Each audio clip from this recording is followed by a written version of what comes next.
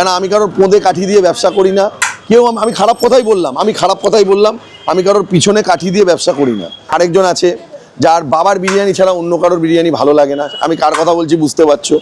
এরকম করলে কিন্তু আমি কিন্তু আইনের দ্বারস্থ হতে বাধ্য হব। আমি থানায় বলেছি, বাবার ছেলে বলেছিল যে আমাদের নাকি মাংস সেদ্ধ হয় না, দেখুন রেয়াজি মাংস, ঠিক আছে।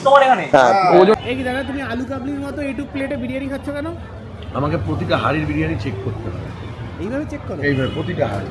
এদের মাংসের কোয়ালিটি যেমন, এদের চালের কোয়ালিটি তেমন, এদের আলুর সাইজও বড়। আর তো বলে দিল।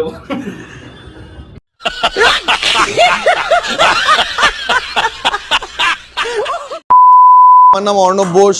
ভারত সেরা লখনৌ বিরিয়ানির তরফ থেকে সকলকে প্রীতি শুভেচ্ছা এবং অভিনন্দন। আমরা চাই প্রতিটা মানুষের আয় উন্নতি বৃদ্ধি পাক, ভারত সেরা লখনৌ বিরিয়ানিকে কবজি ডুবিয়ে থাক। আমাদের বিরিয়ানি চলে এসছে, ফ্লেভারটা তো দেখতেই পাচ্ছেন কেমন লাগছে, ফ্লেভারটা ঘি বা বিরিয়ানি যে ফ্লেভারটা এসছে। আমাদের বিরিয়ানির দাম হচ্ছে চিকেন বিরিয়ানি 160 টাকা, সঙ্গে একটা জলের বোতল ফ্রি থাকে। যদি জল না নেয় তাহলে এইটা দেওয়া হয়, এটা দেওয়া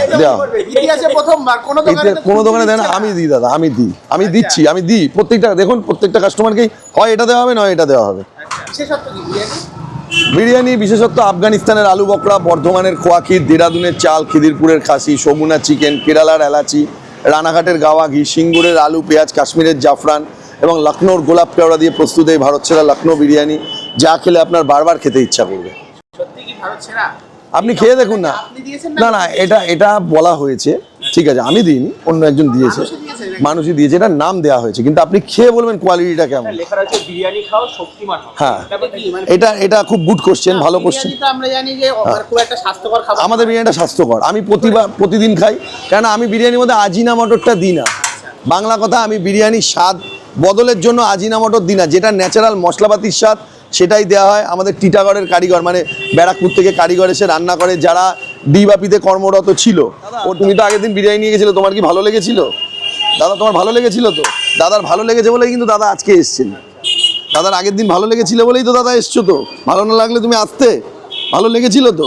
তাহলে এটা হচ্ছে সবথেকে বড় প্রমাণ, কাস্টমার ফিডব্যাক। আমার কথা কিছু না, তোমার আমার কথা কিছু না, কাস্টমার ফিডব্যাকটাই বড় কথা। তুমি বলবে কেমন। এবার আমি একটা কথা বলছি, আমাদের বিরিয়ানি আশা করি 90% লোকের ভালো লাগবে। 10% লোক, কিছু লোক আছে যারা আমাদের হেটার, তাদের হয়তো ভালো নাও লাগতে পারে, তাতে আমার কিছু করার নেই। এবং আরেকজন আছে যার বাবার বিরিয়ানি ছাড়া অন্য কারোর বিরিয়ানি ভালো লাগে না, আমি কার কথা বলছি বুঝতে পারছো।